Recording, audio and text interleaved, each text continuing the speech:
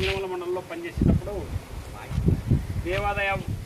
దేవాలయాల్లోకి రానికుంటే వాటి కోసము దళితులకి శ్మశానాలు లేవు. ఇప్పటికి కూడా ఎక్కడో చీళ్ళ గట్టు మీద దొంగచాటుగా కాలువల గట్ల మీద అట్లా పుడుచుకునేటువంటి పరిస్థితి.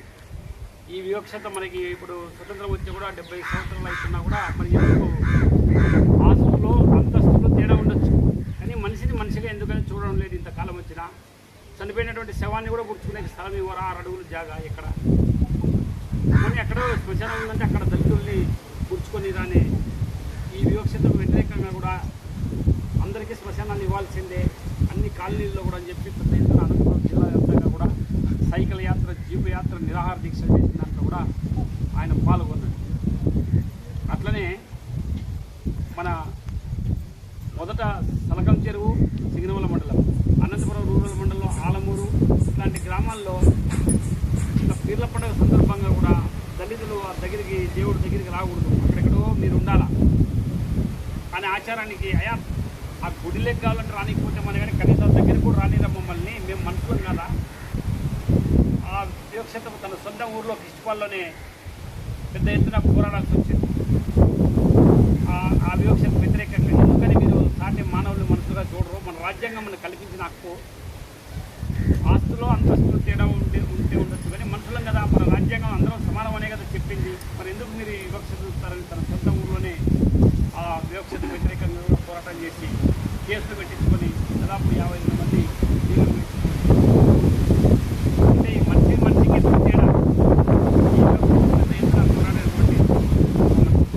అట్లనే సింగనమల మండలంలో పేదలందరికీ కూడా కనీసం 1 ఎకరాలో 2 ఎకరాలో జాగా ఉంటే సాగు చేసుకుంటే సంఘంలో గౌరవంగా ధైర్యంగా బతకగలుగుతాడు పేదోడు అని చెప్పి ఆ పెన్నా పరివాహక ప్రాంతం, పెన్నా నది ఒడ్డునంతా కూడా దాదాపు మన ఇల్లూరు దగ్గర నుంచి తాడిపిచ్చర దాకా అవతల యువతల పెన్నా నది 2 పక్కల ఉన్నటువంటి సాగు భూముల కోసం కూడా పెద్ద ఎత్తున పోరాటం చేశాడు.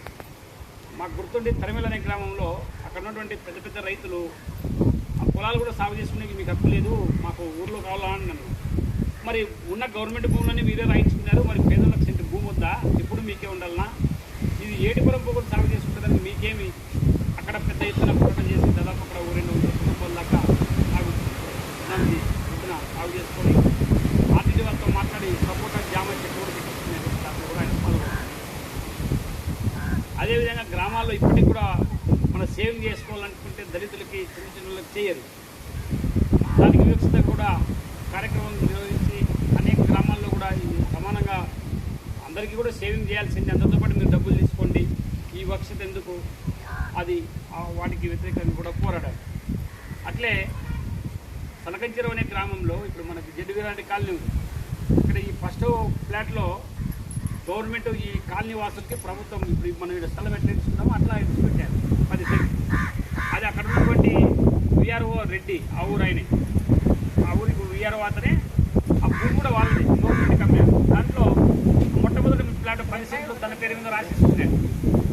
అది మనం బయటికి తీసి ఆర్టీటీ వాళ్ళు మీ స్కూల్ కట్టిస్తాం ఎక్కడ 10 సెంట్లు తీసుకోండి అంటే స్థలం ఎక్కలేదు. అప్పుడు రికార్డులు చూసి ఆ స్థలం బయటికి తీసి ఆ స్థలాన్ని ఆక్రమించుకొని ఆర్టీటీ వాళ్ళతో ఇప్పుడు స్కూల్ కట్టించే పరిస్థితి కూడా అక్కడ ఉంది.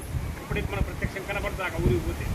ఇట్లా అనేక పోరాటాలు పేదల కోసం, కష్టజీవుల కోసం, అనేక వెనుకబడిన దళితులకు పిలిచి కోసం అనేక సమస్యల మీద కూడా పోరాటం చేసినటువంటి వీరన్న గారు మనలాంటి పేద కుటుంబాల నుంచి వచ్చి మన పేదలు ఆస్తుల్లో అంతస్తుల్లో పేదలు ఉండొచ్చు, కానీ మనసులమే కదా.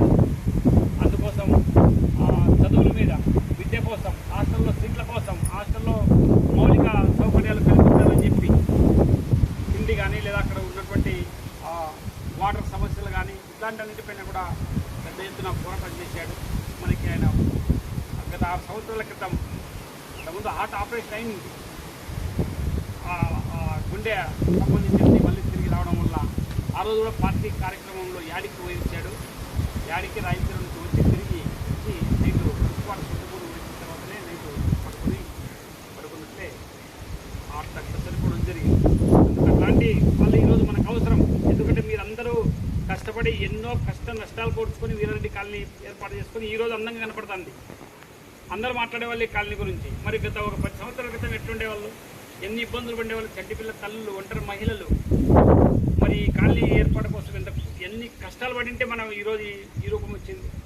అట్లా అనేక ఈ వీరన్న కూడా మనకు సుందరయ్య కాలనీ అని చెప్పి అనంతపురంలో కాలనీ, ఇట్లా పేదల కోసం ఎక్కడ భూ పోరాటాలు జరిగినా, సాగు భూముల కోసం జరిగినా కూడా ముందుండి ఇస్తాడు.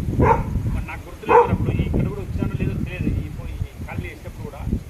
అందుకే అట్లాంటి వాళ్ళు మనం వీరన్నతో పాటు మనం కూడా మనకు శక్తి తగ్గట్టు ఎంతో కొంత మనం కూడా పోరాటం చేసేది కాలనీ సాధించుకోలేదు. అందుకోసం ఎప్పుడైనా పేదలందరం ఐక్యంగా మన సమస్యలు, మన బలం ఏమంటే మనందరం ఐక్యం కావడమే.